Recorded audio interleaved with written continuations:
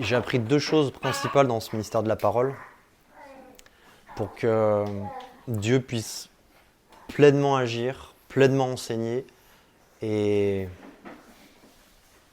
pleinement se révéler. La première, en fait, elle dépend de moi. C'est dans le sens, Dieu m'a enseigné à pas compter sur moi, à accepter en fait que je suis tellement faible que je suis obligé de lui laisser la place et à me réaiguiller intérieurement. C'est dans l'expérience qu'on comprend ce genre de choses bizarres. Et donc du coup, ça c'est la première chose que Dieu m'a enseigné en disant, bah voilà, si ça tu l'expérimentes pas, je pourrais pas pleinement agir. Et la deuxième chose qu'il m'a enseigné, c'est si tu fais ça à la perfection et que tous les cœurs sont fermés, je pourrais quand même pas agir. Et donc pour que Dieu puisse pleinement agir, il faut que celui qui parle de sa part lui laisse toute la place et que les cœurs passent en mode aspirateur en fait. Et c'est là où Dieu peut pleinement agir. Et c'est tellement fort d'expérimenter quand tout est connecté et quand il y a des choses qui ne le sont pas, on voit tellement la différence, c'est assez intense. Alors j'aimerais juste commencer en vous posant trois petites questions. La première, c'est est-ce que quelqu'un qui a suivi le dernier enseignement sur l'identité pourrait nous expliquer ce qu'il a compris de ce principe de la réalité spirituelle vers la réalité manifestée? Et si personne ne répond, je vais être très triste, mais... C'est quoi que tu veux reposes ta question? En fait, est-ce que quelqu'un pourrait expliquer ce principe avec ses mots, c'est-à-dire le but c'est pas de faire un enseignement, juste avec les mots, en disant voilà moi j'ai compris ça, comment je l'expliquerai avec mes mots?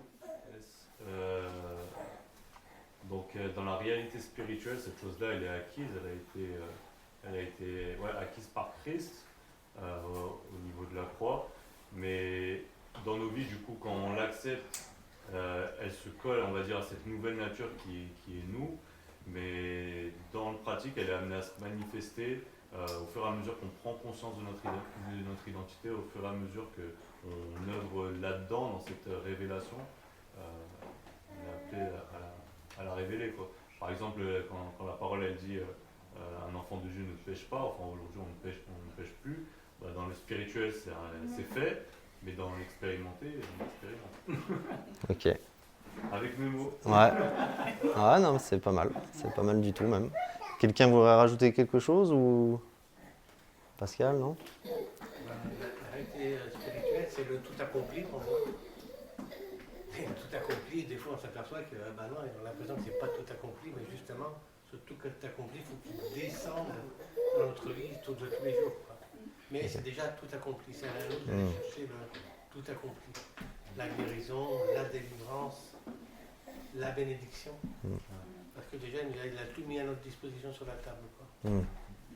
Amen. C'est moi, ça. je dirais qu'on doit, pour avancer dans ce processus de manifester cette expérimentation, oula, avec ce que je dis, mais bon, je me comprends. Pour moi, il faut vraiment toujours garder les yeux fixés sur cette réalité, ce qui est déjà accompli de Christ. C'est-à-dire garder les yeux fixés sur Christ et ce qu'il a accompli, quoi. Pas jamais. Moi, je pense si on s'éloigne un peu trop, du coup, on se retrouve à se regarder nous. Ce qu'on est vraiment de Christ, on l'oublie.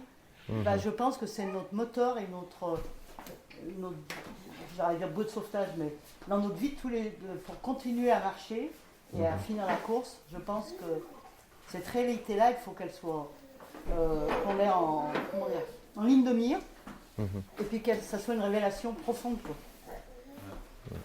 Vous avez compris ce que j'ai dit? Ça a l'air un peu bizarre. Pour utiliser une image simple, c'est un petit peu comme si, à la place d'essayer de remplir votre compte en banque, vous apprenez plutôt à retirer ce qu'il y a déjà dessus. Si on peut le donner dans une image très simple, c'est un peu ça. Et donc du coup, on prie pas du tout, on pense pas du tout, on n'agit pas du tout. Si on se dit, il faut que j'obtienne la guérison, c'est pas du tout la même prière, pas du tout la même manière de penser, d'agir, que si on se dit, je suis déjà guéri, comment il faut que ça se manifeste?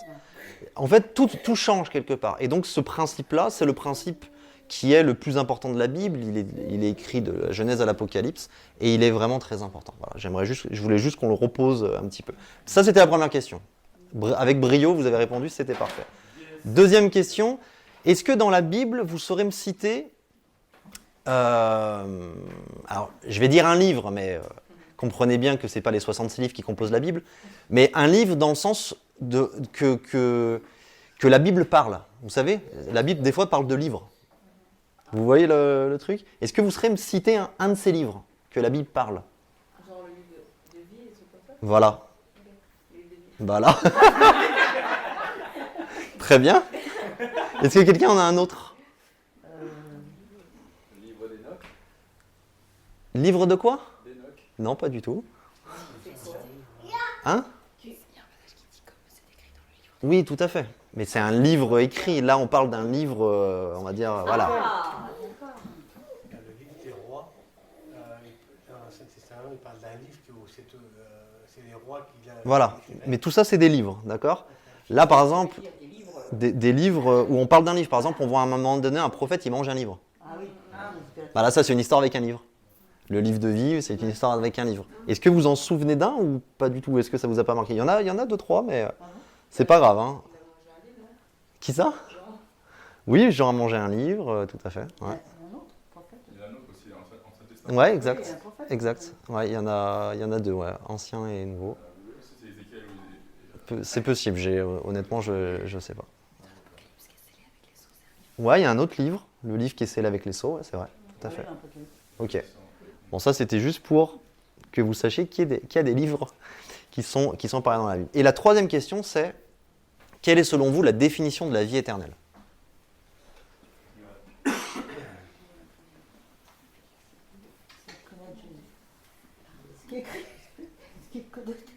Ah, c'est ça? Ah, c'est la dé- Éternel, c'est qu'ils te connaissent C'est la pas, définition de Jean 17 où Jésus dit la vie éternelle, c'est qu'ils te connaissent. toi, j'ai- Donc c'est la Ouais. connaissance de Dieu. Donc quelque part, c'est cette relation avec Dieu, cette intimité avec Dieu. C'est la définition que Dieu donne dans la vie éternelle. Donc du coup, le titre de ce message, c'est le livre de vie. C'est le livre de vie, c'est le titre du message. Alors pourquoi ce message-là? Pour trois raisons principales. La première, c'est que on avait parlé la semaine dernière de flèches qu'on voulait mettre à nos carquois pour annoncer l'évangile. Vous vous rappelez que le Saint-Esprit allait utiliser ces flèches pour qu'on puisse annoncer l'évangile. Et quelque part, là, c'est une de plus que je vais vous proposer. Ça, c'est la première raison. La deuxième raison, c'est pour encourager une sœur qui était dans une recherche. Et ça se tombe que moi, j'étais en train de faire la même recherche en même temps. Et la troisième raison, qui est pour moi la plus importante des trois, c'est pour connaître la volonté de Dieu. Parce qu'il faut qu'on comprenne quelque chose de très fort, c'est que quand nous prions pour quelqu'un, on ne prie pas Dieu, mais on prie de la part de Dieu. Et donc du coup, si on ne connaît pas sa volonté, on est incapable de prier de la part de Dieu.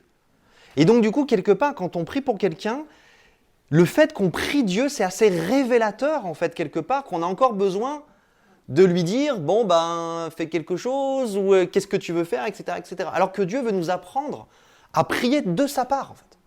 Qu'on n'est pas sans arrêt en train de lui dire, bon, bah, du coup, là, c'est quoi ta volonté dans cette affaire? Est-ce que là, tu as envie d'agir? Est-ce que tu n'as pas envie d'agir, etc., etc. Donc, du coup, connaître la volonté de Dieu. Et à travers ce livre de vie, vous allez voir à quel point on s'en rapproche. Alors, je ne sais pas si vous avez déjà entendu cette interprétation très populaire qui nous dit, bah, du coup, dès qu'on est né de nouveau, nos noms sont inscrits sur le livre de vie. Ouais. Cette chose un peu populaire. Et vous allez voir que la Bible dit absolument pas du tout ça. Alors, on va prendre un premier exemple, c'est l'exemple des disciples. D'accord? Et on va prendre un premier verset dans Luc chapitre 10, verset 20. Luc 10, 20. Et on en a parlé la semaine dernière, où on se disait, mais en fin de compte, les disciples, ils étaient là en train de suivre Jésus, et à un moment donné, Jésus leur a dit, bon, maintenant à vous. Et c'est à ce moment-là qu'ils ont commencé à être joyeux. D'accord? Donc là, on est pile quand ils reviennent, là, ils sont tous joyeux. Et donc, du coup, il nous dit, waouh, on a vécu des trucs, en gros, comme toi, quoi. Donc, ils étaient contents, parce qu'ils pensaient que c'était que Jésus, mais eux aussi, du coup, ça s'est passé. Et dans Luc 10, 20, Jésus leur répond, « Cependant, ne vous réjouissez pas de ce que les esprits vous sont soumis, mais réjouissez-vous de ce que vos noms sont écrits dans les cieux. » Et là, j'ai l'impression que les disciples, ils sont encore plus surpris que ce qu'ils venaient de vivre. C'est genre, ils avaient déjà une première belle expérience, et après ils arrivent, et là j'imagine bien Jean s'adresser à Pierre, discretos, et lui dire, est-ce que toi aussi, des fois, quand le maître parle, tu comprends pas grand-chose de ce qu'il dit? Parce que je les vois regarder le ciel et de se dire, qu'est-ce qu'il est en train encore de nous enseigner qu'on comprend rien, quoi. Ouais. C'est ça. C'est un peu ça, quoi. C'est un petit peu, ils sont là, ouais, les démons sont soumis. Ah, bah non. Ce qui doit vraiment vous réjouir, c'est que vos noms soient écrits dans le ciel. Et là, ils se regardent. Voilà. Donc ça, c'était l'exemple des disciples, d'accord? Maintenant, on va aller bien avant et on va voir l'exemple de Moïse. Tout le monde connaît Moïse? Exode chapitre 32 et on va lire du verset 31 au verset 33.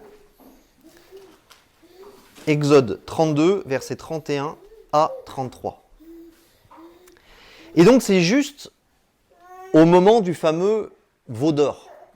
D'accord, cette histoire-là. Moïse retourne vers l'Éternel et dit « Ah, ce peuple a commis un grand péché. Ils se sont fait un dieu d'or. Pardonne maintenant leur péché. Sinon, vous voyez, je ne sais pas si vous sentez à quel point Moïse se permet des choses avec Dieu. Genre, il lui dit un truc, après il dit « Sinon ». Voilà. « Sinon, efface de moi de ton livre que tu as écrit. » Et là, honnêtement, on lit ça, nous, et on passe au verset d'après. Et on finit le chapitre, et on se dit c'était un bon chapitre. Mais c'est un truc de fou, là, ce qui vient de se passer. Parce que déjà, c'est la première fois qu'on parle d'un livre qui est évoqué, d'accord? C'est la première fois. Mais surtout, quelle révélation, quelle intimité Moïse avait avec Dieu. Alors je ne sais pas si c'est dans une de ces conversations qu'à un moment donné dans la conversation, il lui a dit « Écoute Moïse, hier soir, j'ai écrit un bouquin et puis du coup, je t'en parle parce que du coup j'en ai parlé à personne jusqu'alors. » Et imaginez à quel point Moïse était proche, à quel point Moïse connaissait les choses en fait. Et non seulement il les connaît, mais en plus il ose lui dire en fait, bah, tu m'as dit qu'il y avait mon nom dedans là, mais en fait en gros, bah, moi je préfère que tu sauves ce peuple et au pire efface-le en fait mon nom. Donc vous imaginez des fois déjà comment il était proche. L'Éternel dit à Moïse, c'est celui qui a péché contre moi que j'effacerai de mon livre. C'est une manière très jolie de dire c'est moi qui gère. C'est joliment dit, mais c'est un petit peu, écoute Moïse, t'es bien gentil, mais c'est moi Dieu quand même. Hein. Donc c'est moi qui gère ce livre-là. En tout cas, première fois dans la Bible qu'on parle de ce livre. Alors les disciples, Jésus leur dit ce qui est écrit dans les cieux, ok. Et là on parle d'un livre que tu as écrit. Je ne sais pas si c'est, voilà, est-ce qu'il a été publié un jour, on ne sait pas trop. Ensuite, on va prendre l'exemple d'Israël et on va aller dans Ésaïe, chapitre 48. Donc Ésaïe est d'un de ce qu'on appelle dans l'Ancien Testament un grand prophète. Ésaïe 48, versets 18 et 19.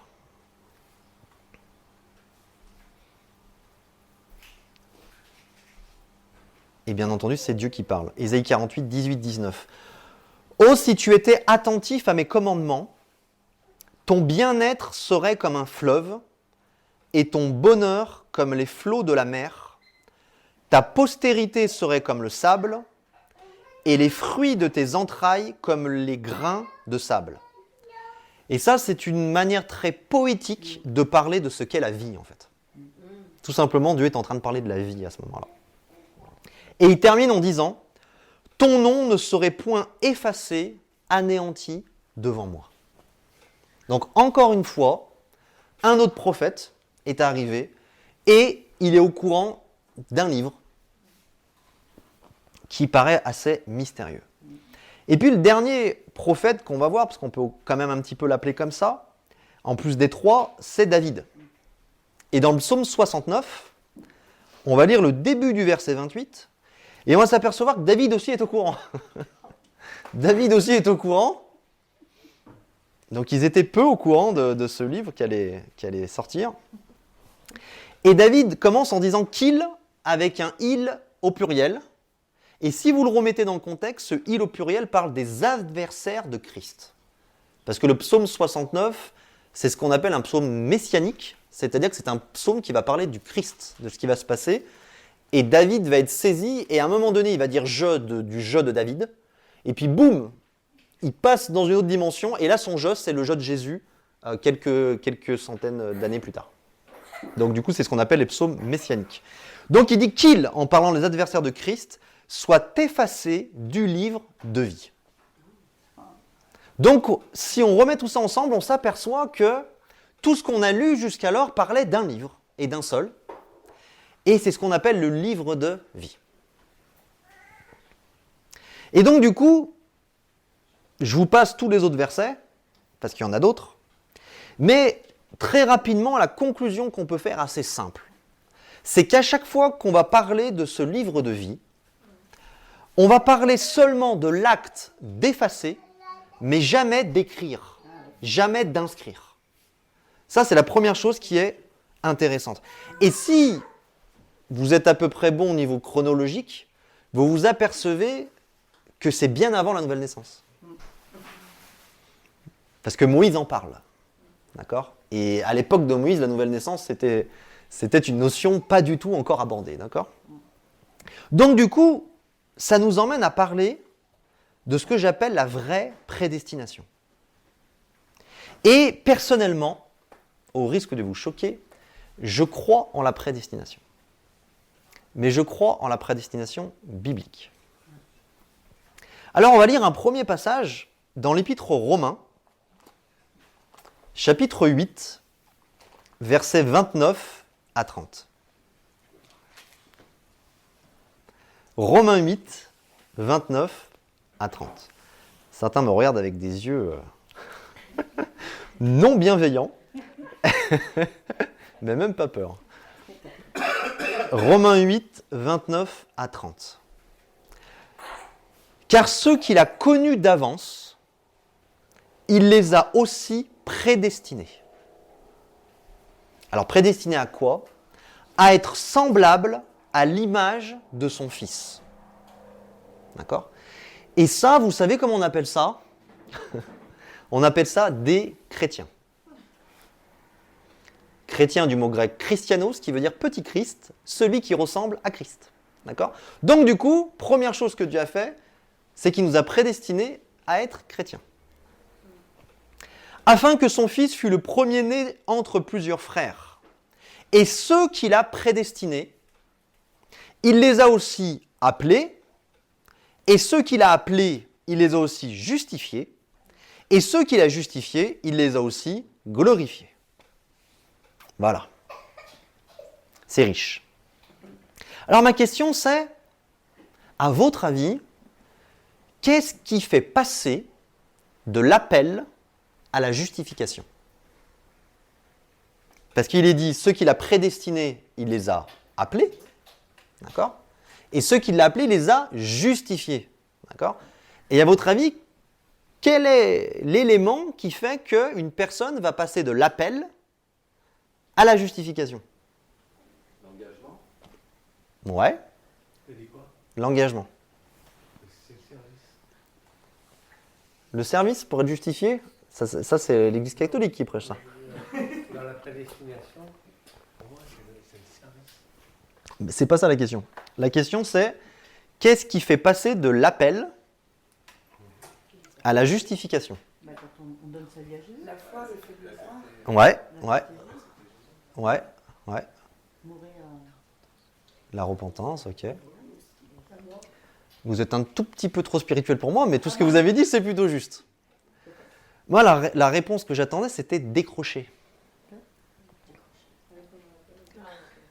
Ah bah voilà, on est trop spirituel. Non, mais c'est pas anodin. C'est décrocher. C'est décrocher, tout à fait. Ouais. Tout à fait.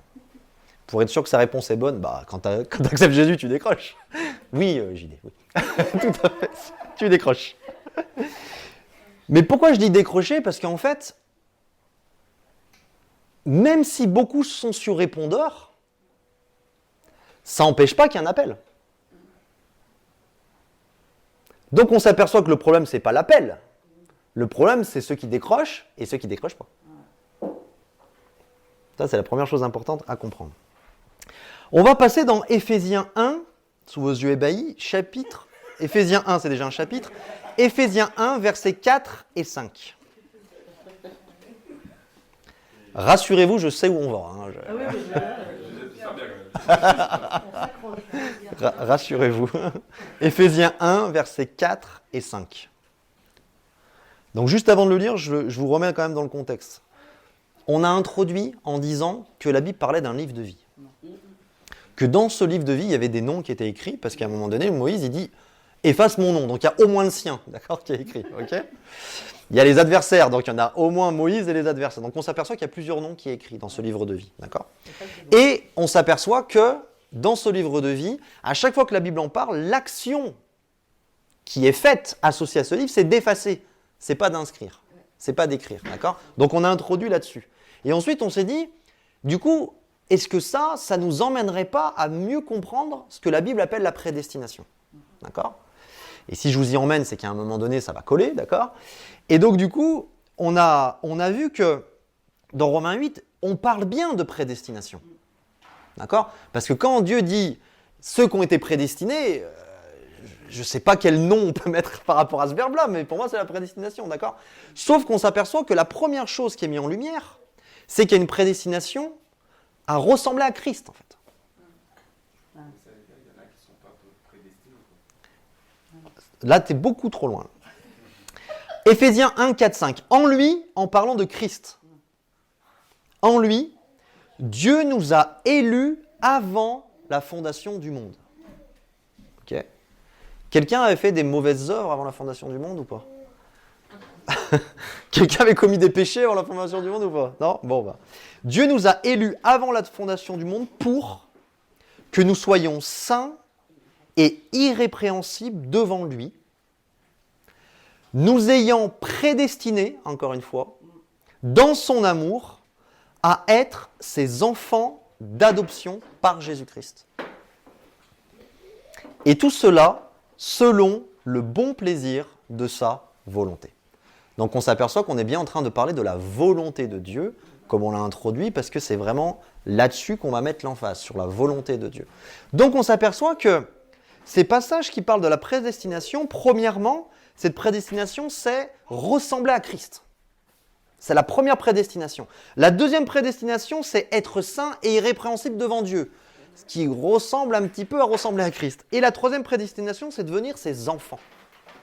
D'accord ? Devenir les enfants d'adoption. Donc on s'aperçoit que quand dans un texte on parle des enfants, on s'aperçoit qu'à un moment donné, un père ne doit pas être bien loin. Okay ?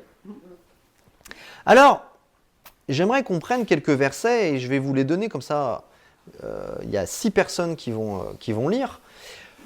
On va prendre 6 versets qui vont démontrer la volonté de Dieu et démonter la prédestination du diable. D'accord ? Parce qu'il y a une prédestination qui court, mais qui n'est pas celle de Dieu. D'accord ? Donc ces versets vont nous démontrer la volonté de Dieu.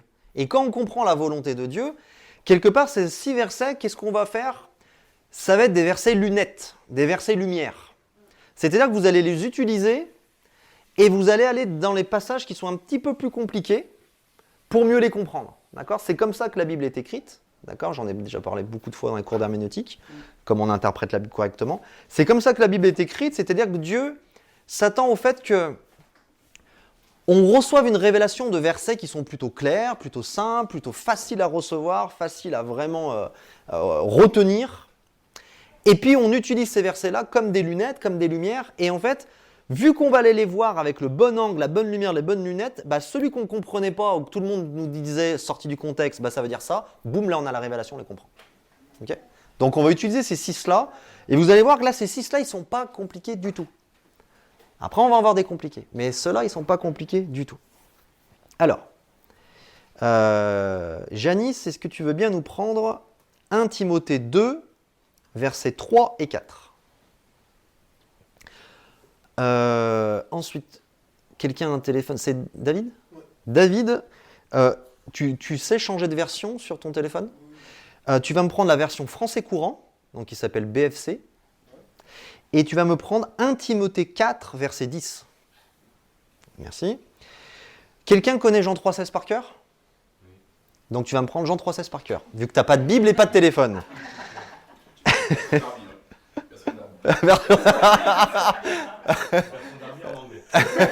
La King James. De quoi ? Non, mais il va connaître par cœur. 4,10. 4,10.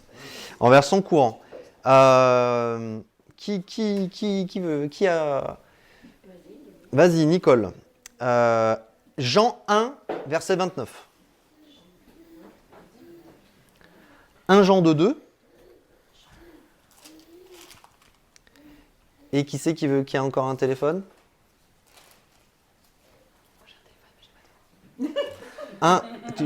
Rappelle-moi ton prénom. Cassandra. Eh bien, Cassandra, tu as gagné le 1 Jean 4, verset 14.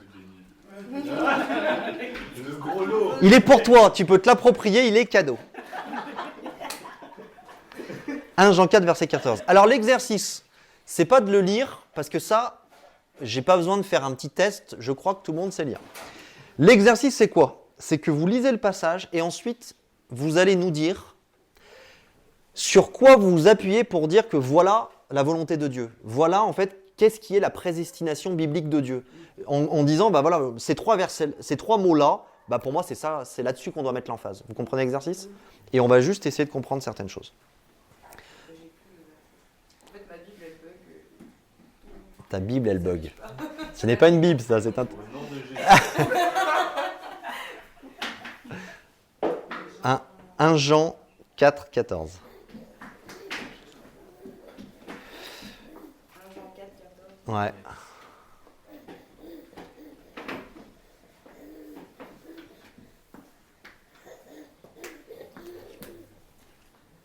Ok, vas-y, Janice. Alors, cela est bon et agréable devant Dieu notre Sauveur, qui veut que tous les hommes soient sauvés et parviennent à la connaissance de la vérité. Alors, dis-nous. Pour moi, ce serait tout. Je dirais qui veut que tous les hommes soient sauvés. Ok. Donc, là, ce qui est bien dans celui-là, c'est que quand c'est marqué Dieu veut, on a compris que c'est la volonté de Dieu. C'est quand même, celui-là, il est quand même assez simple. Et donc, du coup, quelque part, on pourrait s'arrêter là. Hein. Lui, il nous suffit, quoi. Il veut que tous les hommes soient sauvés et parviennent à la connaissance de la vérité. Qui est la vérité ? Jésus-Christ. Donc, Dieu veut que tous les hommes soient sauvés par le moyen de connaître Jésus. Et vous vous rappelez la définition de connaître Jésus ? C'est la vie éternelle. Ok ? Donc du coup, celui-là nous suffit bien. Mais ce qui est intéressant, c'est que le mot sauver ici, c'est le mot grec sozo, qui peut être traduit par pardonner, délivrer, guéri, prospère, tout ce que vous voulez. En gros, tout ce qui vient de la croix, c'est dans le terme sozo. Donc, chaque personne sur Terre, et ce n'est pas le cas de tout le monde malheureusement, doit faire un choix. Le choix, c'est quoi ? C'est, si on croit que Dieu veut que tous les hommes soient pardonnés, justifiés, on est obligé d'aussi annoncer qu'on croit que Dieu veut que tous les hommes soient guéris. Parce que c'est le même mot. Donc c'est où on part dans le principe que Dieu choisit qui il veut sauver, qui il veut justifier. Et à ce moment-là, on est cohérent dans notre doctrine quand on dit que Dieu choisit qui il veut guérir et qui ne veut pas guérir. Là, on est cohérent. Il y a un problème, mais en gros, il n'y a pas de problème dans la cohérence, d'accord ? Mais par contre, si on se dit, quand je lis 2 Timothée 3,4, je conçois que Dieu veut que tous les hommes soient sauvés, on ne peut pas rajouter derrière, mais je crois qu'il ne veut pas que tous les hommes soient guéris. C'est un non-sens. Vous comprenez ? Parce que c'est le même mot. Vous pouvez le remplacer Vous prenez d'autres versets, et bien ce sozo, des fois, il est traduit par guéri, des fois, il est traduit par délivré, des fois, il est traduit par pardonné, ou justifié. Donc, on ne peut pas vraiment... ok. Donc ça, c'est le premier. Regardez, le deuxième de David est vraiment très sympa. 1 Timothée 4,10. En effet, si nous peinons et luttons, c'est parce que nous avons mis notre espérance dans le Dieu vivant, qui est le sauveur de tous les humains et surtout de ceux qui croient. Alors, sur quoi tu mets l'emphase? Pour montrer la volonté de Dieu et pour montrer que ce verset parle de la prédestination. Sur quel mot, au singulier ou au pluriel, tu veux mettre l'emphase?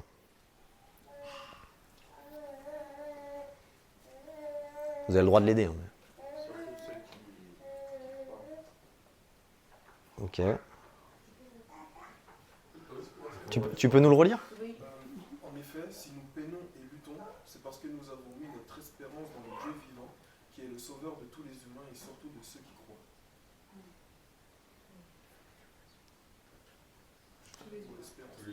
Ouais. Ouais. Encore un viré, hein. C'est pas mal, déjà. J'ai pas compris le premier. Dans le premier passage de Janice, il y avait tous les hommes, et là, il y a tous les humains. Pas mal. Ah, là où on se trompe pas. Ah oui, c'est ça. Mais, Exactement. mais ce qui est génial, alors j'ai pris la version français courant, mais elles sont toutes un peu choquantes, toutes les versions, mais celle-là, je la trouvais...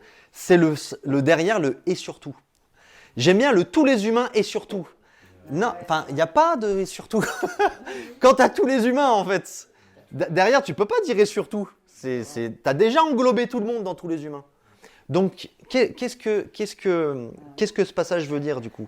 Et surtout de ceux qui croient, ça veut dire quoi? Ça veut dire que Dieu est le sauveur de tous les humains, d'accord? Mais ceux qui vont décrocher, ceux qui vont croire, vont le recevoir. Et donc le « et surtout », c'est, en gros, c'est « et surtout ceux qui le reçoivent », quoi. Parce que c'est bien d'être le sauveur de tout le monde. Mais s'il y a une partie qui ne le reçoit pas, en fin de compte, ton sauveur, il n'a servi à rien, en fait. Vous comprenez? Et donc, vous voyez, le premier passage, on s'est arrêté là. Tous les hommes parviennent à la connaissance de Jésus et la vie éternelle, pas de problème. Et tous les humains, et surtout ceux qui croient. Donc, on confirme ce qu'on disait tout à l'heure. Jean 3,16. Pas d'erreur, autrement. Nicodème venait. Genre, il nous fait tout Jean 3. Oh là là là là. Bon, on commence à Jean 2,17 pour nous mettre dans le contexte. Car Dieu a tant aimé le monde qu'il a donné son Fils unique, afin que quiconque croit en lui ne périsse pas, mais qu'il ait la vie éternelle. Alors, Afin de vous donner.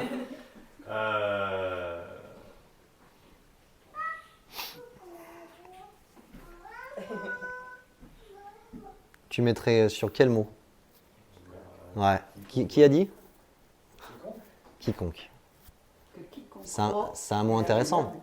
Parce que, quelque part, si Dieu comment je pourrais dire? Si Dieu doit faire une action, il ne peut pas dire quiconque. Il peut dire parmi ceux que moi j'ai choisis. Si tu dis quiconque, ça ouvre un peu comme tous les hommes, tous les humains. On sent que là, il y a une ouverture en fait qui est faite. On ne peut pas dire quiconque. D'accord? Et ce qui est intéressant, c'est quoi? C'est que Dieu a donné son Fils. D'accord? Et on va le voir un tout petit peu plus tard, mais à partir de ce moment-là, à partir du moment où Jésus a dit tout est accompli, ce que beaucoup n'arrivent pas à saisir, et j'aimerais vraiment qu'on puisse le saisir, c'est que Dieu n'a plus rien à faire. Ça, il faut que ça rentre, il faut que ça soit mangé, il faut que ça soit ruminé, il faut que ça soit acquis, en fait. Parce qu'aujourd'hui, j'ai l'impression que dans nos prières, dans nos manières de marcher, dans notre manière de parler, c'est comme on est sans arrêt en train de regarder Dieu en disant « Ah pourquoi tu fais pas? Ah pourquoi tu n'as pas guéri? Ah pourquoi tu n'as pas agi? Ah pourquoi… » Quand Jésus a dit « Tout est accompli », c'est terminé. La réalité spirituelle est scellée. Maintenant, ce que Dieu attend, c'est que le quiconque décroche. Et c'est pour ça que c'est dans l'ordre. C'est Dieu a tant aimé qu'il a donné, virgule, afin que. Et ce afin que, c'est moi j'ai fait mon rôle, maintenant c'est à toi. Vous comprenez? Donc, quelque part, après, c'est à l'humain de jouer. C'est plus à Dieu. Et le problème, c'est que quand on annonce l'évangile, quand on prie en tant que chrétien, j'ai l'impression qu'on est toujours en train de dire « Dieu, il faut que tu fasses quelque chose de plus, en fait. » Comme si, en fait, tu n'avais pas assez fait. Il faudrait que tu fasses quelque chose de plus.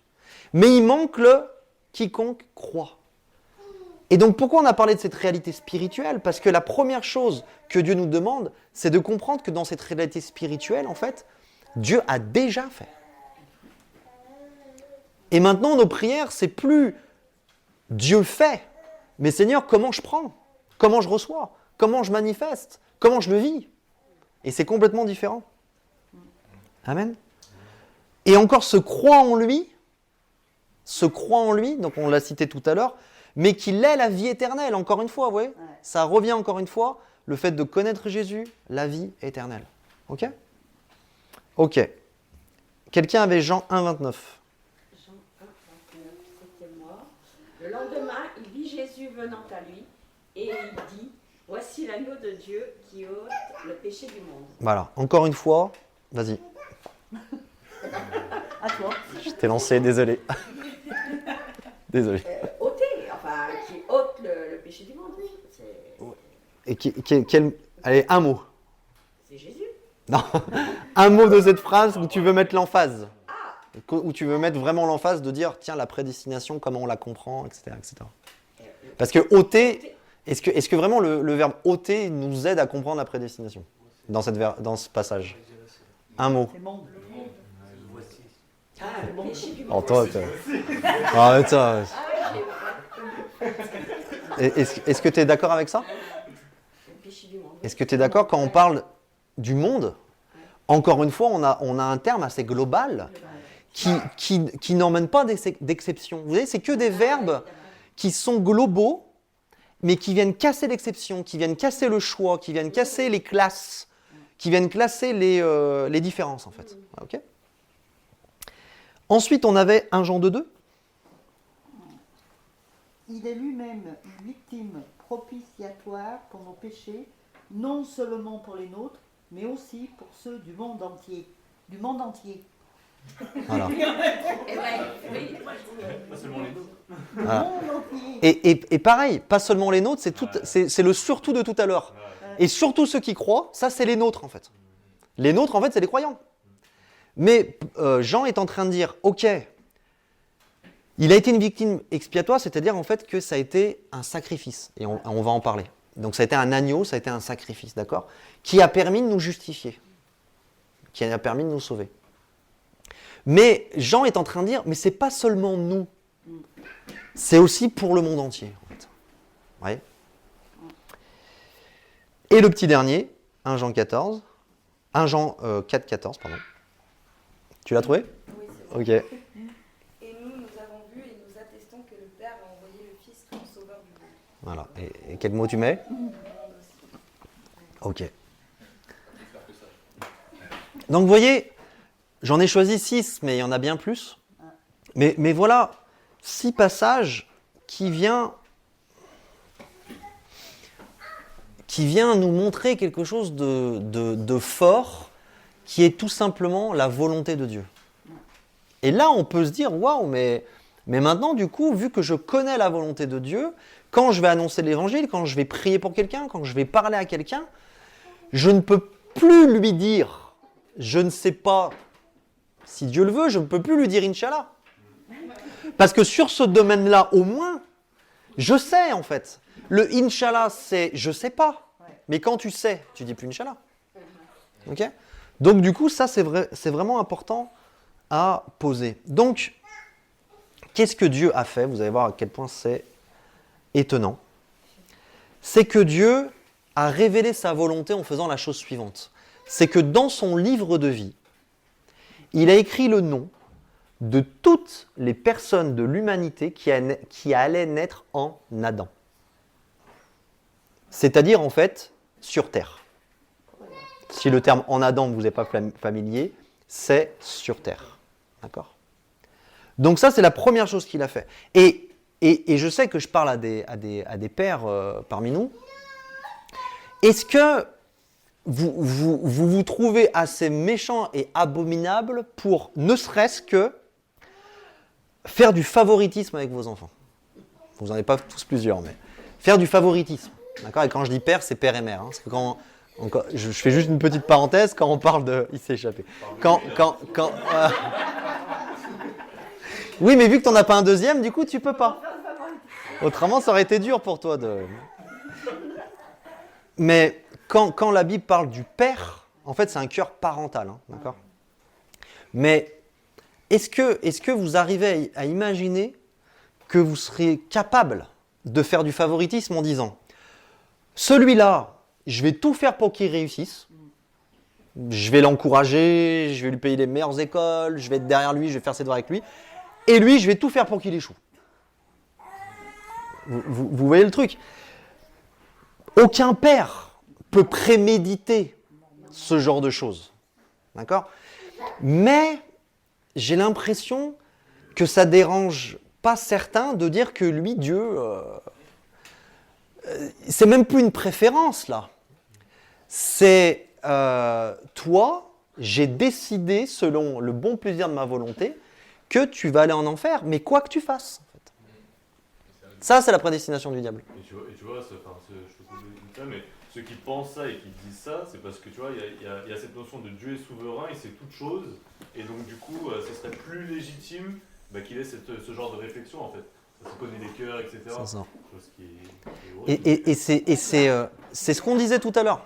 C'est ce qu'on disait tout à l'heure. On ne prie pas Dieu quand on prie pour quelqu'un, mais on prie de la part de Dieu. Ça veut dire quoi ? Si on prie Dieu, on va prier « Oh Dieu, tu es souverain ». Si on prie de la part de Dieu, on va emmener sa souveraineté dans la vie de la personne. C'est pas la même prière. C'est pas la même chose. Et ce qu'on va emmener, c'est la vraie souveraineté. C'est pas cette souveraineté bizarre, mystique, qui est juste un révélateur qu'on ne connaît ni Dieu ni sa volonté. Parce que c'est ça qui est révélateur. Le fait que disent « Oui, mais Dieu peut-être… » c'est juste, en fait, ça révèle que tu connais ni son cœur ni sa volonté. Mais quand tu connais son cœur et sa volonté, c'est à toi d'emmener sa souveraineté. Parce que tu dis que oui, Dieu est souverain, mais j'emmène sa souveraineté. Et sa souveraineté, c'est que tout soit sauvé. Si vous voulez emmener la souveraineté de Dieu, vous emmenez sa volonté qui est que tout soit sauvé. Et là, on est dans la souveraineté de Dieu. Okay ? Donc du coup, si les Écritures parlent seulement d'effacer les noms du livre de vie, du coup, le but de l'homme,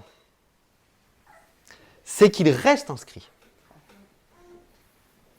L'objectif de l'homme, c'est qu'il reste inscrit. Et je pense que c'est la première fois de notre vie chrétienne qu'on entend que l'objectif de l'homme, c'est que son nom reste inscrit dans le livre de vie. Vous n'avez jamais entendu ça, je pense. Et la Bible nous dit très clairement que la seule manière, le seul moyen de garder son nom inscrit dans le livre de vie, c'est de devenir juste. Et c'est pour ça que tout à l'heure, on a vu dans Romains 8 que ceux qu'il a prédestinés, il les a appelés, et ceux qu'il a appelés, il les a justifiés. Et donc, on s'aperçoit que ce qui permet de rester dans le livre de vie, c'est de répondre à l'appel pour être justifié. Alors que si on est appelé et qu'on ne répond jamais à l'appel, à un moment donné, ce nom sera effacé. Ok ? Alors, on va lire ensemble Apocalypse. On va prendre quelques passages dans l'Apocalypse parce que l'Apocalypse nous donne des révélations, parce qu'à la base, Apocalypse, le terme grec, ça veut dire révélation, ça ne veut pas dire fin du monde. Et donc, du coup, ça nous donne des révélations, en fait. C'est le but de l'Apocalypse, c'est le titre du livre exact, c'est la révélation de Jésus-Christ. Et on en a fait les explications de la fin du monde. C'est hors sujet, en fait. C'est pas le but de l'Apocalypse. Apocalypse, chapitre 3, verset 5. Et si on le lit de cette manière, il nous révèle des choses à l'origine et à la fin. Quand Jésus dit « Je suis l'alpha et l'oméga », il nous révèle des choses qu'aucun autre livre nous révèle. Apocalypse 3, 5, où on parle de l'Église, Celui qui vaincra sera revêtu ainsi de vêtements blancs. Est-ce que quelqu'un saurait me dire ce que représentent ces vêtements blancs? La pureté, la justice. Ouais. De la Genèse à l'Apocalypse, quand vous voyez un vêtement blanc, vous avez le thème de la justice qui est juste derrière. Celui qui vaincra sera revêtu ainsi de vêtements blancs. Je n'effacerai point son nom du livre de vie. Et là, pour la première fois, on l'a en entier. Jusqu'alors, on avait des bribes, des pièces du puzzle, et là, on l'a en entier, et en entier lié à la justice. Donc c'est sympa. Et je confesserai son nom devant mon Père et devant ses anges. Et ça, c'est en lisant que je viens d'avoir une révélation. Je ne l'avais pas lu. Je suis franc, je ne vais pas vous la sortir en mode « et donc du coup… Non, je viens de l'avoir maintenant, je suis franc. Si dans 5 minutes, si quelqu'un peut me dire « donne-nous ta révélation que tu viens d'avoir », ça serait sympa si je l'oublie. Ça, c'était Apocalypse 3.5. Tout à l'heure, on a lu le psaume 69, verset 28, où David disait, en parlant des adversaires, en parlant des adversaires, soit effacé de ton nom. Ça, c'était le début du verset, d'accord? Et là, maintenant, on va lire la deuxième partie du verset. Il dit « et », donc c'est vraiment dans la continuité, psaume 69, 28, donc deuxième partie après le « et qu'il », toujours au pluriel, et toujours parlant des adversaires de Christ, ne soit point inscrit avec les justes. Et là, il y a quelque chose de nouveau. C'est que jusqu'à maintenant, on a parlé d'effacer. Et dans la première partie du verset, on parlait d'effacer. D'accord ? Deuxième partie du verset, il y a un « et » qui dit « et qui ne soit point inscrit avec les justes ». Et donc du coup, on va s'apercevoir très rapidement que, on le verra plus tard. Très rapidement. Si, on va s'apercevoir très rapidement qu'il y a un temps, un moment clé dans les Écritures où, si tu es juste, ton nom est resté inscrit. Si tu n'es pas juste, ton nom est effacé. Et il y a un moment très, comment je pourrais dire, précis dans les Écritures. On va le voir juste après. Mais avant, on va lire Apocalypse 21-27. C'est un tout petit peu après. J'ai dit 5 minutes, là, on est à 30 secondes. Apocalypse 21-27. Jésus a dit, je reviens bientôt. On peut se permettre. On est d'accord? On peut prendre un peu d'aise à ce niveau-là, il ne nous le reprochera pas. Apocalypse 21, verset 27. Il n'entrera chez elle. Et là, elle, dans le contexte, ça parle de la Nouvelle Jérusalem, qui est en fait une image de l'épouse et qui est en fait une image de l'Église. D'accord ? Il n'entrera chez elle rien de souillé, ni personne qui se livre à l'abomination et au mensonge. Voilà comment Dieu veut qu'on vive ces temps d'église où genre, ces choses ne peuvent pas rentrer dedans. Vous imaginez, Dieu a mis la barre haute. Il n'entrera, écoutez bien, que ceux qui sont écrits dans le livre de vie de l'agneau. Et ça, c'est intéressant parce qu'on vient de rajouter de l'agneau, qu'on n'avait pas eu jusqu'alors. D'accord ? Livre de vie de l'agneau. Alors, pour mieux comprendre ces deux passages, parce que je pense que vous avez ressenti que dans ces deux passages, il y a quelque chose d'intéressant. C'est-à-dire qu'au départ, c'était d'une manière assez vaste, j'effacerai pas les noms, ou j'effacerai les noms. Et à un moment donné, il y a des noms qui restent inscrits. D'accord ? Et donc, rappelez-vous ce passage dans Hébreux 9, 27, je vais juste vous le lire. Et comme il est réservé aux hommes de mourir une seule fois, après quoi vient le jugement. D'accord ? Et donc, c'est au moment du jugement que les noms vont être effacés. On va lire ça très clairement dans Apocalypse 20 au verset 11. Alors pourquoi dans Apocalypse 21-27 on nous en parle tranquillement? Parce qu'on a déjà donné la révélation dans Apocalypse 20, verset 11. Apocalypse 20, verset 11. Est-ce que tout le monde y est?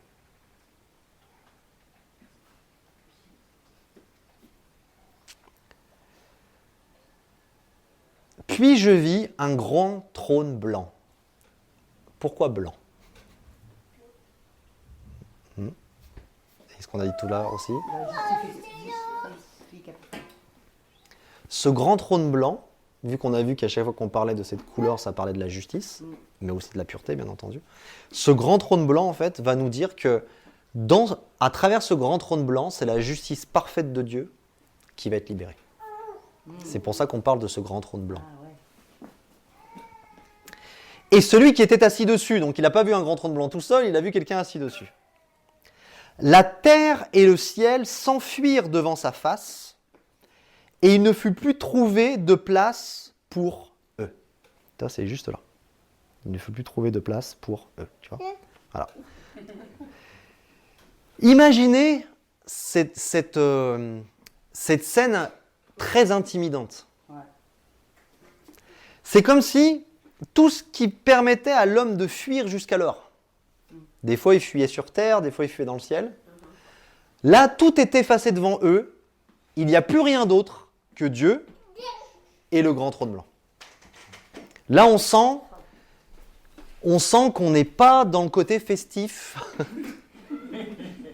On sent que ce n'est pas un endroit qui va nous donner des choses sympas. Le verset 12, on va le découper en 3 parties.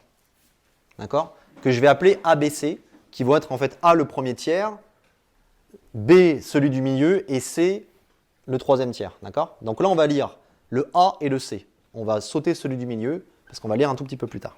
Si vous n'avez rien compris, c'est pas grave. Et je vis...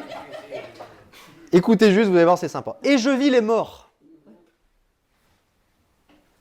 Les grands et les petits qui se tenaient devant le trône. Ça aussi, on lit. Là, vous venez d'écouter. Ça vous choque pas des morts qui se tiennent devant le trône? Ça choque personne? Moi, j'ai devant Dieu. Ou devant Dieu? Dans ma vie. Moi, c'est comme quand il laissait les morts enterrer les morts. C'est ça. Les grands, les petits qui se tiennent devant Dieu. Donc, on s'aperçoit ici, pour rassurer certains, parce que peut-être il y a un certain d'entre vous qui ont dit moi, là, à ce moment-là, si je peux avoir une dérogation, ça paraît flippant, j'ai pas trop envie d'y aller. Bon. Et je vis les morts, les grands et les petits qui se tenaient devant le trône. Ça, c'est très important, très intéressant. C'est que les morts, en fait, alors ça va être profond, hein, j'espère que vous allez comprendre. Les morts, en fait, c'est ceux qui n'ont pas la vie. C'est la définition du mort. Quelle révélation. Franchement, on a bien fait de venir. Et vu que tu connais les Écritures par cœur, tu vas nous citer le verset qui nous dit ça? Les morts, non. Non, je te laisse, t'inquiète. Ok. Dans 1 Jean 5,12, c'est écrit « Celui qui a le Fils a la vie, celui qui n'a pas le Fils n'a pas la vie. » Celui qui a le Fils a la vie, celui qui n'a pas le Fils est mort. Donc à chaque fois dans les Écritures qu'on parle de quelqu'un qui n'a pas le Fils, de quelqu'un qui n'a pas la vie, il est appelé un mort. Comme Paul à un moment donné dit « Mort que vous étiez ». Vous étiez mort dans vos péchés.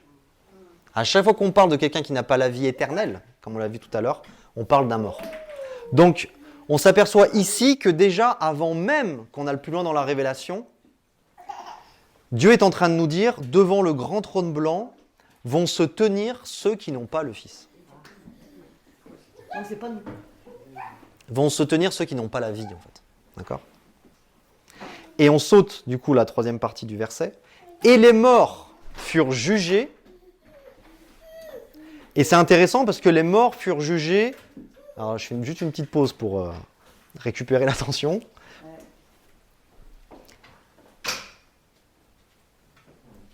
Et en plus, je me suis trompé.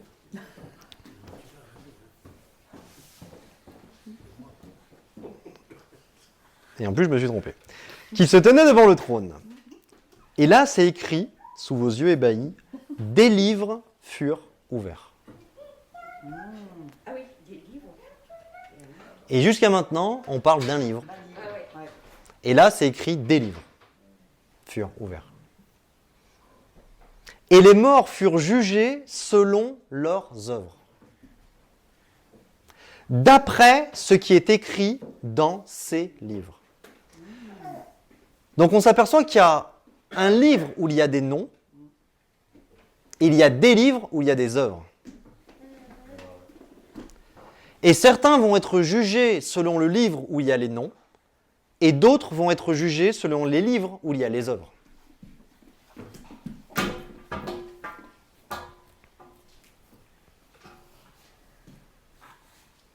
Je vais vous lire juste un passage parallèle, vous pourrez rester dans l'Apocalypse, dans Daniel 7, versets 9 et 10. C'est Daniel qui parle, et il a une vision, et vous allez voir à quel point elle est parallèle. Je regardais pendant que l'on plaçait des trônes, et l'Ancien des jours s'assit, son vêtement était blanc comme la neige. Encore une fois, à chaque fois qu'on parle de trône, à chaque fois qu'on parle de justice, ou le trône ou le gars qui est assis dessus, il est habillé en blanc. Ça, c'est des images vraiment prophétiques. Et les cheveux de sa tête étaient comme de la laine pure. Son trône était comme des flammes de feu, et les roues comme un feu ardent. Un fleuve de feu coulait et sortait devant lui.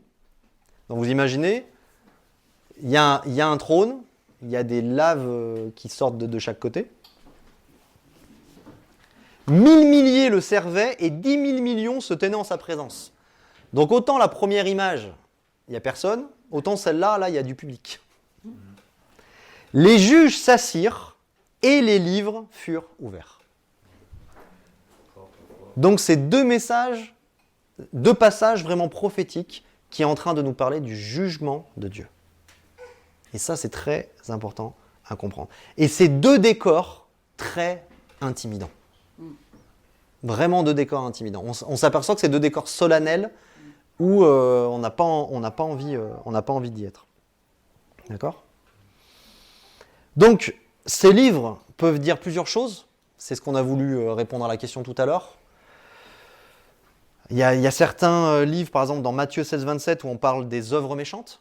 Les livres qui regroupent les œuvres méchantes, c'est peut-être cela. Dans Romains 2, 16, on parle des livres qui regroupent les mauvaises pensées. Dans Matthieu 12, 36, 37, on parle de livres qui regroupent les mauvaises paroles. Et dans le psaume 139, 16, le nombre de jours de notre vie. Bon, voilà les différents livres qu'on peut retrouver dans les Écritures. Je ne m'avance pas parce que la Bible n'en parle pas. Mais en tout cas, ce qu'il faut juste comprendre, c'est que ces livres fournissent une preuve irrévocable, en fait, pour toutes les personnes qui vont vouloir être jugées selon leurs œuvres. Et toutes les personnes aujourd'hui qui vous disent « Ah, ben moi je suis juste. Ah, mais moi je ne vois pas pourquoi je me repentirais. Ah, moi je ne suis pas du tout rebelle à Dieu, etc. etc. » C'est des personnes qui sont en train de déclarer à Dieu « Je souhaite que tu me juges selon mes œuvres. Que tu me juges selon ma morale. Que tu me juges selon ce que j'ai pensé, ce que j'ai dit, ce que j'ai fait. » D'accord ? Et donc ces livres, en fait, représentent en fait toutes les personnes qui vont être jugées selon leurs œuvres. Et malheureusement, la seule fin qui va être derrière, elle nous est dit dans Romains 3, 19, afin que toute bouche soit fermée et que tout le monde soit reconnu coupable devant Dieu. Ça sera toujours la même fin du livre, en fait, sans vilain jeu de mots. Ok ? Ça va jusqu'à là ? On est bientôt sur la fin. Donc, on a dit que devant ce grand trône blanc, il allait y avoir un jugement. Et il y allait avoir des morts qui allaient être jugés selon leurs œuvres. D'accord ? Et dans Apocalypse 20, 12, tout à l'heure, on a pris le premier tiers et on a pris le dernier tiers et on n'a pas lu celui du milieu. D'accord ? Mais c'était le même verset. Et on va le lire maintenant. Apocalypse 20, 12, petit b. Et un autre livre fut ouvert. Donc vous imaginez la scène ? Il y a le grand trône blanc, il y a les livres des œuvres, et juste après, un autre livre, qui est le livre de vie, un autre livre fut ouvert, celui qui est le livre de vie, au cas où on n'était pas sûr qu'on parle de ça. Okay ? Donc il y a vraiment les deux. C'est comme si, en fait, quelque part, il y avait une comparaison entre les deux. Et au verset 15, et là on ne peut pas être plus radical, malheureusement, C'est ce qu'on avait parlé tout à l'heure, la dernière fois, de la sévérité de Dieu, en disant c'est comme ça. Le verset 15 nous dit « Quiconque ne fut pas écrit dans le livre de vie fut jeté dans les temps de feu. » On a un autre quiconque là, mais ce n'est pas le même malheureusement. Et les temps de feu, c'est ce que la Bible appelle l'enfer. Donc déjà, la première chose qu'on peut s'apercevoir, c'est que à l'instant T, l'enfer n'existe pas.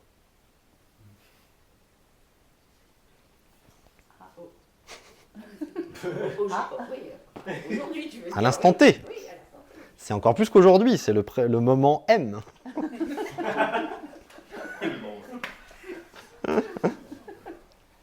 Donc, qu'est-ce qu'on voit de ça? Qu'est-ce qu'on peut conclure de ça? Déjà, on peut conclure que Dieu est quand même quelqu'un de patient.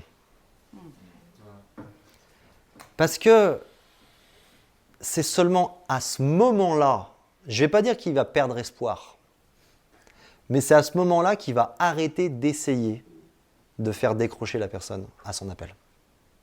C'est ce moment-là précis, ce fameux trône blanc dans Apocalypse 20. C'est à ce moment-là. Et on voit un Dieu rempli d'amour. Pourquoi? Tout simplement parce que, en écrivant les noms de tous, il a voulu que chacun ait sa chance. Il a voulu que chacun puisse quelque part avoir le choix en fait. Donc, très clairement, je le lis maintenant dans Daniel 12, verset 1. Il commence en ces temps-là, où il parle des temps de la fin. En ces temps-là, dans les temps de la fin, ceux de ton peuple qui seront trouvés inscrits dans le livre seront sauvés. Donc, il a ouvert les deux livres, enfin, il a ouvert les livres et le livre de vie. Et tous ceux qui avaient le Fils, tous ceux qui avaient reçu la justice par le Fils, leur nom était inscrit dans le livre de vie.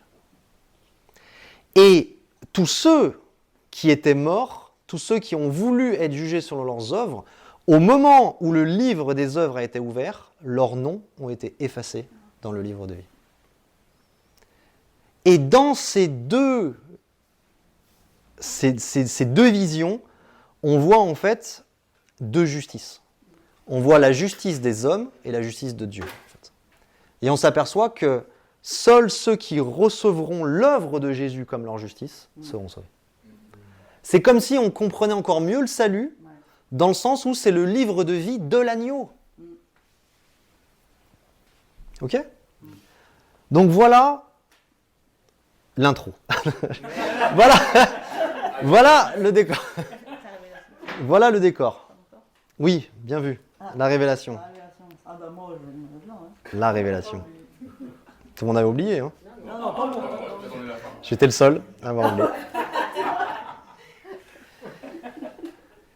Dans Apocalypse 3,5, celui qui vaincra sera revêtu ainsi de vêtements blancs. Je n'effacerai point son nom du livre de vie et je confesserai son nom devant mon Père et devant ses anges. C'est comme si Jésus disait, ce nom-là, je le confesse parce qu'il a reçu ma justice. Et parce que je le confesse, tu le laisses inscrit dans le livre de vie. Ouais, c'est Jésus lui-même qui confesse le nom. Et il y a qui dit celui qui rejette le Fils, rejette le Père. c'est ça. Ouais.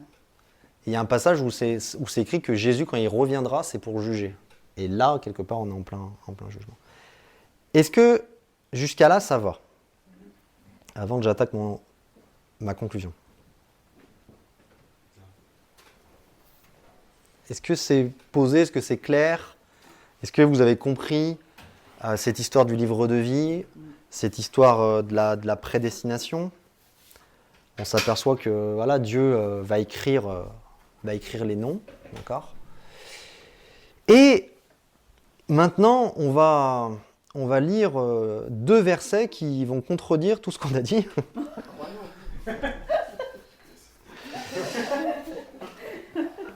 Et c'est pour ça, c'est exactement pour ça, on va se faire un petit peu d'herméneutique si vous avez encore un petit peu de force.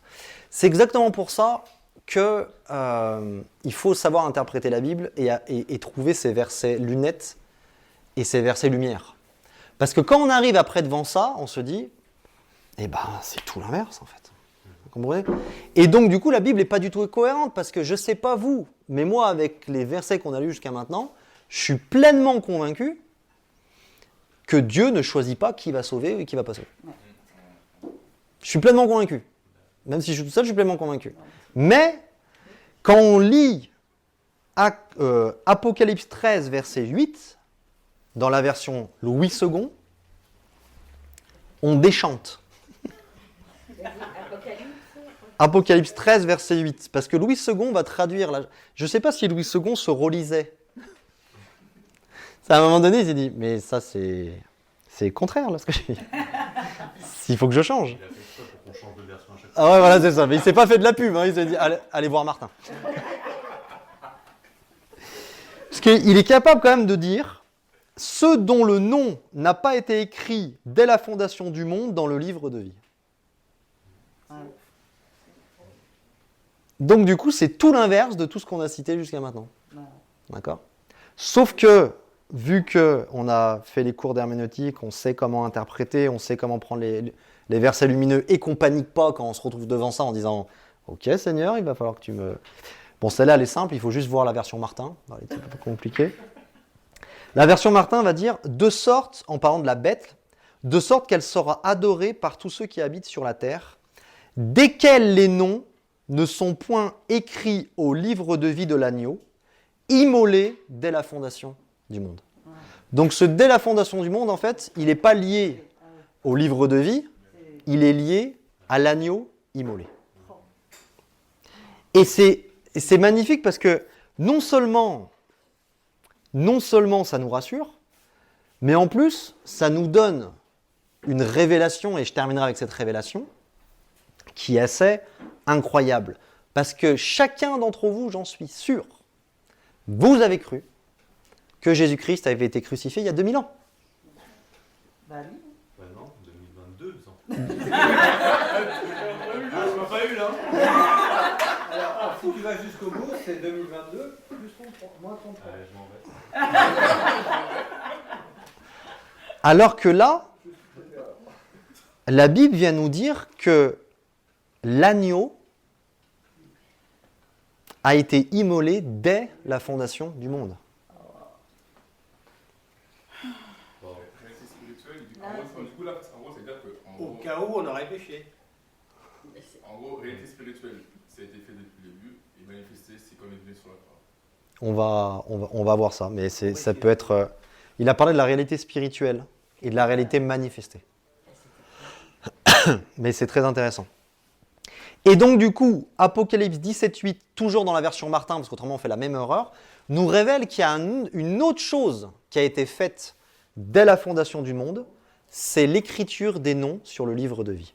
Parce que jusqu'à maintenant, on a su que tous les noms étaient écrits, on a su le moment où ils ont été effacés, mais on n'a pas su le moment où ils ont été écrits.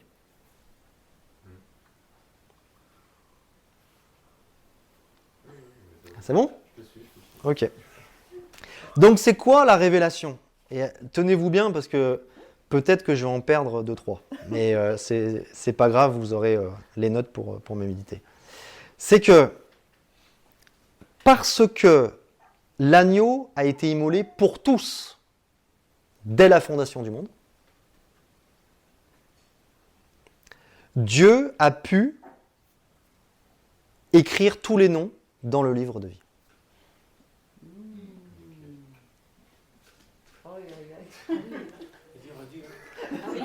Alors là, on monte très très haut. Parce que l'agneau a été immolé dès la fondation du monde, Dieu a pu écrire tous les noms dans le livre de vie dès la fondation du monde. Et c'est pour ça que dans les deux passages, quand on parle du moment du sacrifice de Jésus et du moment de l'écriture du livre de vie, c'est dès la fondation du monde. Ce qui nous montre que oui, il y a vraiment une prédestination. Et donc du coup, la chose belle, c'est quoi ? C'est que parce que Dieu a fait les choses comme ça, il peut légalement sauver tout le monde. Mais il peut légalement sauver tout le monde, mais aussi ceux de l'Ancienne Alliance. Parce que nous, on est là, on dit « Ah !» Et Et même, si on y réfléchit 30 secondes, s'il en reste encore 2-3 qui ne sont pas dans le néant de l'incompréhension, si... ça serait triste de dire que Jésus-Christ sur la croix a pardonné les péchés qui ont été faits, parce que nous, on n'est pas sauvés. Parce qu'au moment où Jésus-Christ a été crucifié sur la croix pour les péchés, nous, on n'en a commis aucun. Donc, le seul moyen pour que Dieu puisse sauver tous ceux qui viennent avant Jésus et après Jésus, c'est qu'il puisse faire une œuvre qui est hors du temps.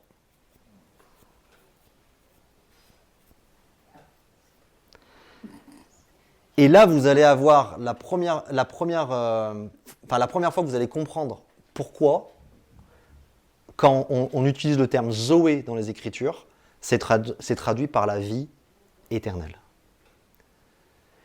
Vous savez ce qui nous bloque? Il y en a peut-être encore 1,5 qui me suivent. Vous savez ce qui nous bloque? C'est que pour nous, éternel, ça ne s'arrête pas. Parce que notre référence, en fait, c'est d'être né un jour sur Terre. Donc on se base sur notre référence et on dit l'éternité, c'est il y a un début et pas de fin. Alors que l'éternité, c'est qu'il n'y a pas de début et il n'y a pas de fin. C'est ça l'éternité. Elle était pas mal. Bon, il y en a une.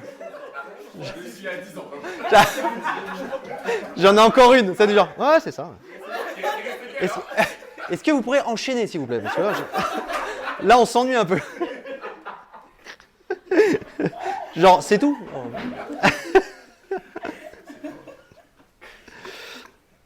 Donc en fait, la vie éternelle est hors du temps et de toute éternité. Et c'est ça qu'on n'arrive pas à saisir, en fait. C'est qu'en fait, Dieu n'est pas limité par nos limites, en fait. La vie éternelle que Dieu a acquise est éternelle dans le sens hors du temps et de toute éternité. Et de toute éternité, ça ne veut pas dire jusqu'à longtemps après. De toute éternité, c'est tout le temps. Ok ? Et donc du coup, ce qui est intéressant à savoir, c'est que quand on entre dans la vie éternelle, et vous allez me dire à quel moment on entre dans la vie éternelle, mais quand on entre dans la vie éternelle, en fait, on entre dans quelque chose que Dieu a déjà fait. Et vous êtes rentré quand, ou vous allez rentrer quand dans la vie éternelle, à votre avis? Au moment où on connaîtra Jésus? C'est pas déjà le cas. Au moment quand on l'a connu. La repentance, c'est ça. Les pas d'accord. Quand on a rempli le Christ et qu'on a suivi Christ, c'est ça. C'est ça. Exactement. En fait, dans ce verset qui dit la vie éternelle, c'est de te connaître, c'est ça. C'est qu'à un moment donné, il y a eu une rencontre. Il y a une relation qui s'est faite à ce moment-là. La Bible parle de nouvelle naissance, d'accord ? De réception de cette vie éternelle, afin que quiconque croit ne périsse point, mais qu'il ait la vie éternelle. Et donc à ce moment-là, quelque part, on reçoit une vie qui n'a pas eu de début et de fin, en fait. D'accord ? Et donc du coup, c'est quelque chose que Dieu a déjà fait.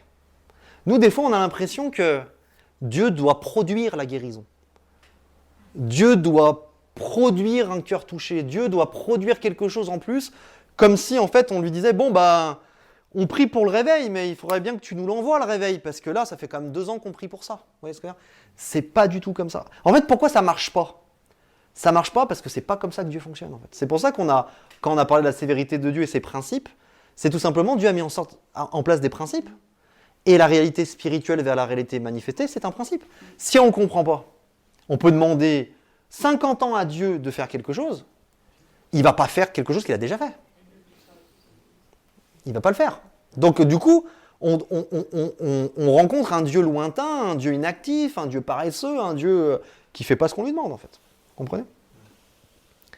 Et donc du coup, quand on comprend tout ça, je trouve que c'est triste de dire ainsi Dieu le veut, en fait. C'est triste. Comme si, en fait, genre, on était au-dessus de tout ça, quoi. C'est genre, non, mais en fait, il n'a rien fait. Si vraiment il serait amour, il n'y aurait pas de souffrance sur la terre. Et puis voilà. Et puis, bon, tu seras guéri si Dieu le veut. Comme si c'était pas déjà tout prévu, quoi. C'était pas déjà voulu. C'est ça.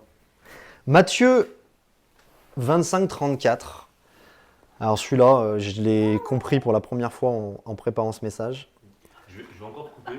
Vas-y, Je sais pas si ça coupe-moi. a trop de liens, mais ça me fait penser à ça, tout ce que tu dis. Mais c'est fou comment, quand justement on commence à donner notre vie à Christ, on commence à rentrer dans ses plans, etc. C'est fou de voir que justement quand on a soif et qu'on a un zèle pour faire énormément de choses, on veut faire énormément de choses, on veut connaître Dieu plus, etc. En fait, on touche un petit peu à cette éternité dans le sens que on veut toucher à l'illimité en fait. On veut toucher à cette à cette illimité de Dieu qui fait que sans arrêt en fait on a envie. Et c'est pour ça que pour la plupart on a été frustrés d'être dans 4 murs limités par l'homme entre guillemets et qu'on a vu qu'au bout d'un moment on a envie de péter tous les murs quoi parce que en fait on touche à l'illimité de Dieu et genre c'est impossible de canaliser cette limite en fait et donc du coup tu veux la manifester partout.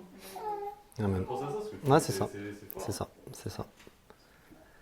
Je pense qu'il faut qu'on comprenne en fait que la vie éternelle a juste besoin d'être ravivée en nous. C'est juste qu'elle est comme bloquée derrière des rondins d'incrédulité, de fausses pensées, de forteresses. Et c'est comme en fait Dieu il veut enlever ça pour que bouf ça jaillisse quoi. Et quand même Jésus il a quand même promis que c'est des fleuves d'eau vive qui sortiront de nos seins. C'est pas à 3 gouttes quoi.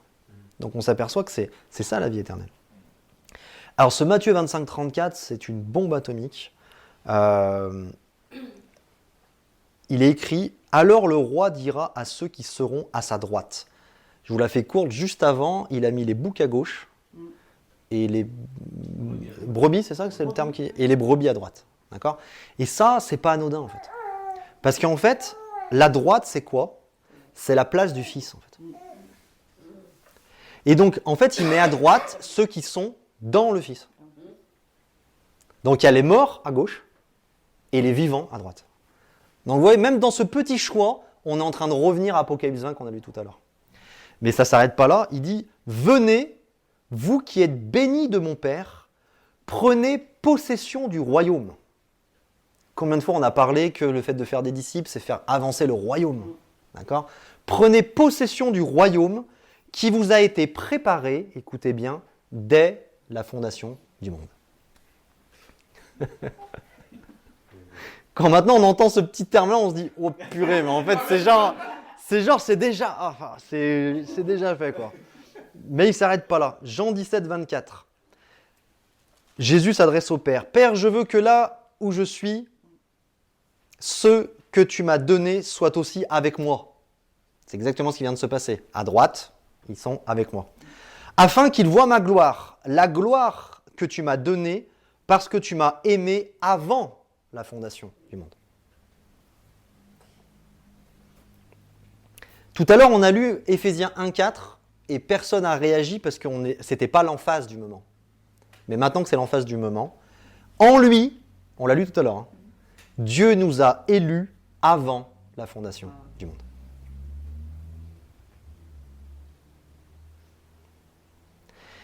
Et en fait, c'est ça la prédestination. C'est parce qu'on a été élu avant la fondation du monde, que l'agneau a été immolé dès la fondation du monde, le Père a pu écrire nos noms dans le livre de vie dès la fondation du monde.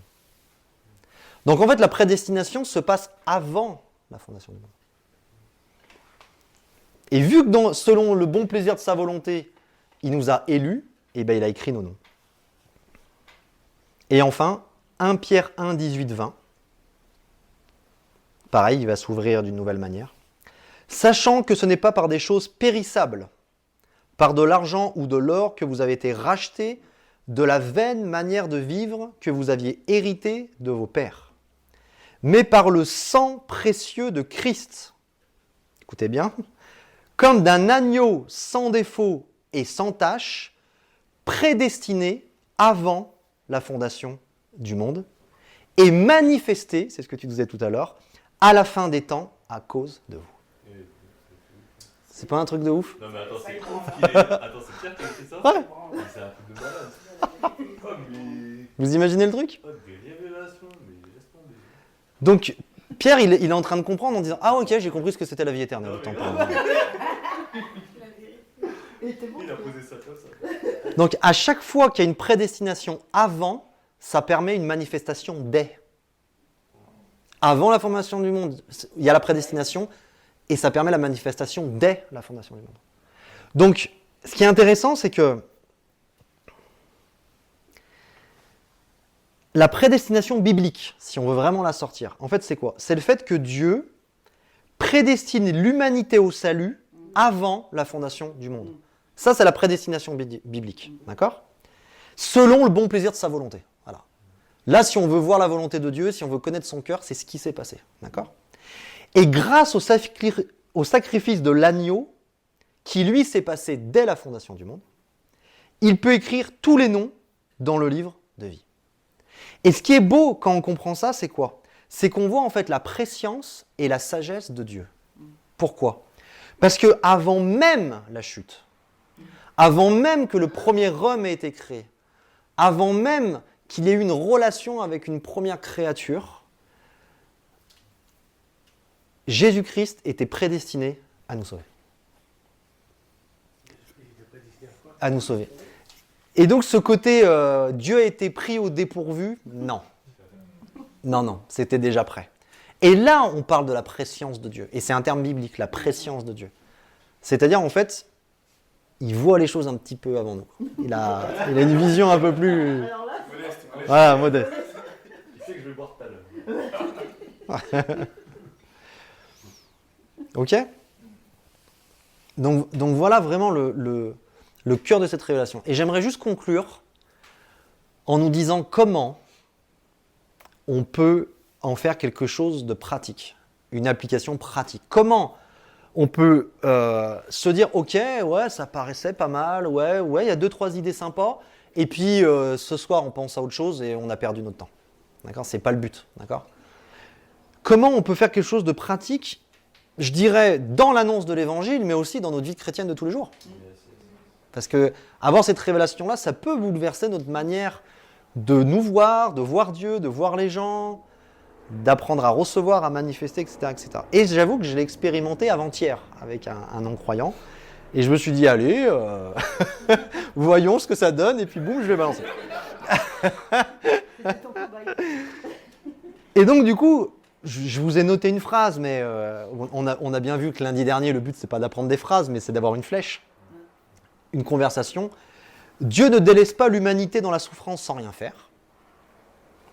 En parlant de la personne, ce livre, en parlant de la Bible, vous concerne, car il s'y trouve votre testament, votre héritage, et car à l'heure où je vous parle, votre nom est inscrit dans le livre de vie. On rend la personne concernée aux Écritures. Alors que jusqu'alors, la personne, c'est genre, c'est bien pour toi. Moi, et là, c'est comme, ben en fait, t'es dedans, en fait. Comment ça, je suis dedans? Ah ouais, mais t'es dedans.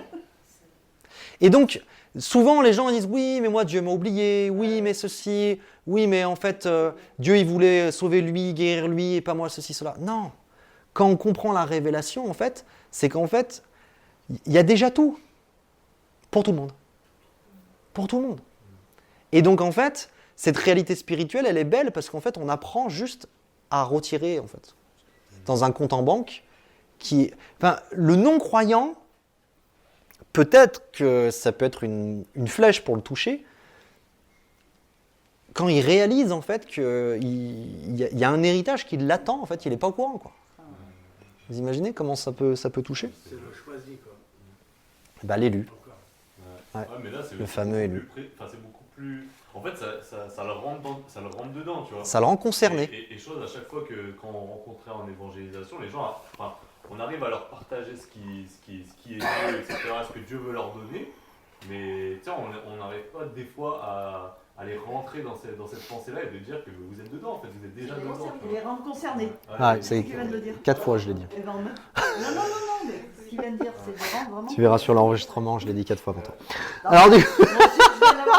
Tu verras, tu écouteras. Tu verras comment ce moment était ridicule, tu verras. Moi, il faut du temps. Je suis une diesel, moi. Et ça va aussi nous permettre de voir les gens différemment. Alors, j'espère que ce n'est pas notre cas, je ne crois pas que c'est notre cas, mais en tout cas, pas les voir en étant au-dessus d'eux. Ouais. Parce que là, avec ça, avec cette révélation-là, c'est comme, ok, en fait, juste, moi j'étais au courant, j'ai hérité, et lui, il n'a pas encore hérité. On n'est pas dans une position de jugement en disant, on est les super chrétiens, vous êtes des pécheurs. On n'est pas dans cette position-là. Et ça va nous aider aussi de voir par la foi, dans l'invisible, leur salut tout proche. Il faut se l'avouer, qu'il y a certaines personnes qui ont l'impression qu'il est tout loin. Voire même qu'il est tellement inaccessible que ça ne sert à rien en fait. Parce que du coup, c'est trop loin. Il y a trop de choses à faire. Alors qu'en fait, là, par la foi, dans l'invisible, ça nous permet de voir son salut tout proche. C'est genre, mais en fait, c'est déjà tout près là. Ouais. T'as ton nom en fait. C'est même pas, on n'est même pas dans le côté... si tu fais les 3 pas, tu rencontres Jésus-Christ, tu marches avec lui, tu portes du fruit, ton nom va être inscrit. On n'est même pas dans ça. En fait, ton nom est déjà là. Vous imaginez comment c'est tout proche en fait. Et donc du coup, je pense que ça peut édifier notre foi dans ce côté. Des fois, il faut une étincelle, quoi. Un petit truc, parce que c'est pas loin en fait. Mais ça peut nous aider aussi, pour nous, dans notre vie chrétienne, à travers la guérison, à travers la délivrance, à travers toutes les choses qu'on n'arrive pas à vivre, à expérimenter, à recevoir, se dire, mais en fait, c'est tout proche. C'est comme, il y a une étincelle, un robinet, un claquement de doigts, il y a quelque chose qui doit se passer, mais c'est là. Il n'y a pas quelque chose à produire. Ouais. Dieu ne va pas, quelque part, nous guérir. C'est choquant, mais la Bible ne nous dit pas que Dieu va nous guérir. La Bible nous dit que nous avons été guéris. Ce n'est pas la même manière de voir les choses. Vous voyez ? Et donc, du coup, la vie éternelle, c'est ça. Tout ça, là, tout ce qu'on est en train de dire, c'est des manifestations de la vie éternelle. Donc, quelque part, il n'y a pas une grande différence entre un non-croyant qui est en train de blasphémer contre Dieu, de recevoir la justice de l'agneau pour que son nom reste inscrit, à nous pour recevoir une délivrance, un don, une guérison ou une visitation de Dieu. Quelque part, la méthode est la même. Et ça démystifie les choses, ça simplifie les choses et je trouve que ça libère, quoi. Et enfin, ce fameux principe, ça fait 4 fois que je dis enfin, mais là c'est le vrai, ce fameux principe de la réalité spirituelle vers la réalité manifestée, je dirais que si elle est valable pour les non-croyants, à combien plus forte raison pour nous, ses enfants ? Ouais. Et il y a beaucoup de passages dans les Écritures où on voit ce terme-là, à combien plus forte raison, ou à fortiori, etc. Et je termine en vous lisant, restez dans l'attention, et je vous le lis juste, comme ça, vous pourrez vraiment le recevoir. Je vais vous lire dans la version Parole de vie. C'est Romains 5. « Mais voici comment Dieu a prouvé son amour pour nous. » Et tout ce qu'on a vu jusqu'à maintenant, je crois vraiment que c'est une preuve d'amour. Bah oui. « Le Christ est mort pour nous, et pourtant, nous étions encore pécheurs. Maintenant, son sacrifice nous a rendus justes. » Vous voyez à quel point ça prend sens de ce côté, grâce à ça, nos noms ont été écrits dès la fondation du monde et ne seront pas effacés. C'est ça que ça veut dire être rendu juste. C'est quand même sympa. Alors, c'est sûr, le Christ va nous sauver aussi de la colère de Dieu. Et c'est quoi la colère de Dieu ? C'est ce fameux jugement qu'on a vu de ce grand trône blanc.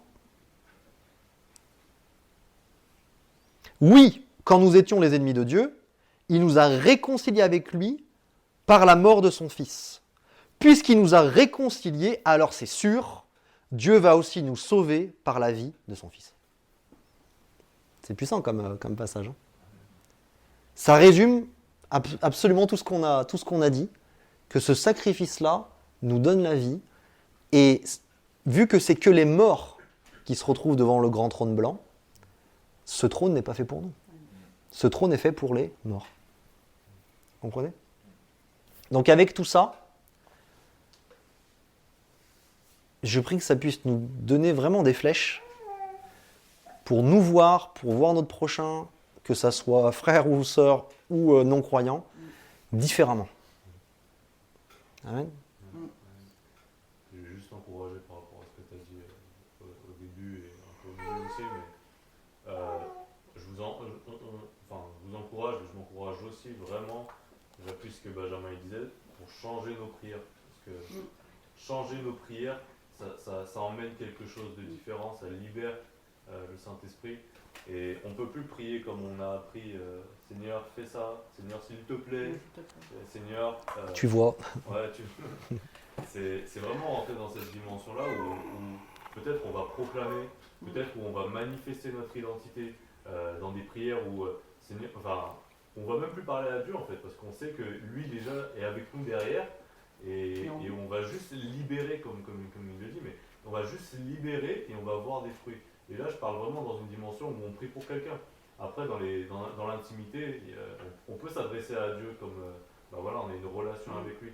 Mais toujours en sachant que, waouh, Seigneur, tu as fait ça pour moi, tu as déjà fait ça pour moi. Maintenant, je vais y rentrer. Seigneur, aide-moi à comprendre plus cette réalité, comme ça, j'y rentre encore mieux. Mais devant les gens, c'est, t'es malade, ok, au nom de Jésus, cette maladie, elle sort par ton nom, Jésus, elle sort. Et c'est plus, Seigneur, s'il te plaît, guéris cette personne. Tu la vois, tu as vu tout ce qu'elle a fait, etc. Seigneur, tu guéris-la, s'il te plaît. C'est tout ça maintenant. Je vais manifester et je vais chasser cette maladie au nom de Jésus. Le démon là qui t'oppresse, tu sors maintenant au nom de Jésus et vous manifestez encore cette autorité que Christ a manifestée à la croix, que les démons sont morts, sont vaincus, sont vaincus, etc. Et c'est vraiment un changement. Et quand je dis on s'encourage à changer, c'est vraiment à chaque fois qu'on va prier, maintenant on va réfléchir à nos prières. On va plus faire un peu machinalement ce qu'on a appris par papa et maman ou par ce qu'on a appris dans les églises, mais maintenant on va faire réfléchir et parler. Et je vous le dis parce que c'est vraiment, dans ma vie je l'ai expérimenté et je sais que chacun l'expérimente, mais c'est différent. On ne fait plus pareil, on ne voit plus les mêmes enjeux et on ne voit plus les mêmes résultats surtout. Je suis d'accord avec toi. Après, du coup, par rapport plus au péché, qu'on combat et tout, quand j'ai compris la réalité spirituelle manifestée, en fait, j'ai certains combats par rapport à certains péchés. Et quand Dieu m'a expliqué ça, en fait, qu'en lui, du coup, j'étais tout en fait en Christ, et par baptême, j'étais vraiment mort à moi-même, en fait. Mon ancien moi était mort, et en Christ, je suis une nouvelle créature. En fait, quand j'ai juste compris ça, en fait, ma vie a changé. Directement. Vraiment, comme dit Jean, en fait, que la réalité devant ma libre, en fait. Quand j'ai compris la réalité spirituelle manifestée, il a clairement changé. Le combat, c'est fait, je combats même plus, en fait. En fait, je sais qu'en Christ, du coup, je suis libéré. En Christ, je suis en haut, je suis saint, etc. Et vraiment, ma vie a complètement changé. Donc, vraiment, j'ai vraiment vécu cette réalité spirituelle-là et manifestée. Moi, je reviens toujours à l'expérience qu'on vient de vivre avec Anne-Marie et Calo. Anne-Marie qui est décédée il y a un mois d'un cancer, enfin, troisième cancer. Et j'avais compris déjà ça.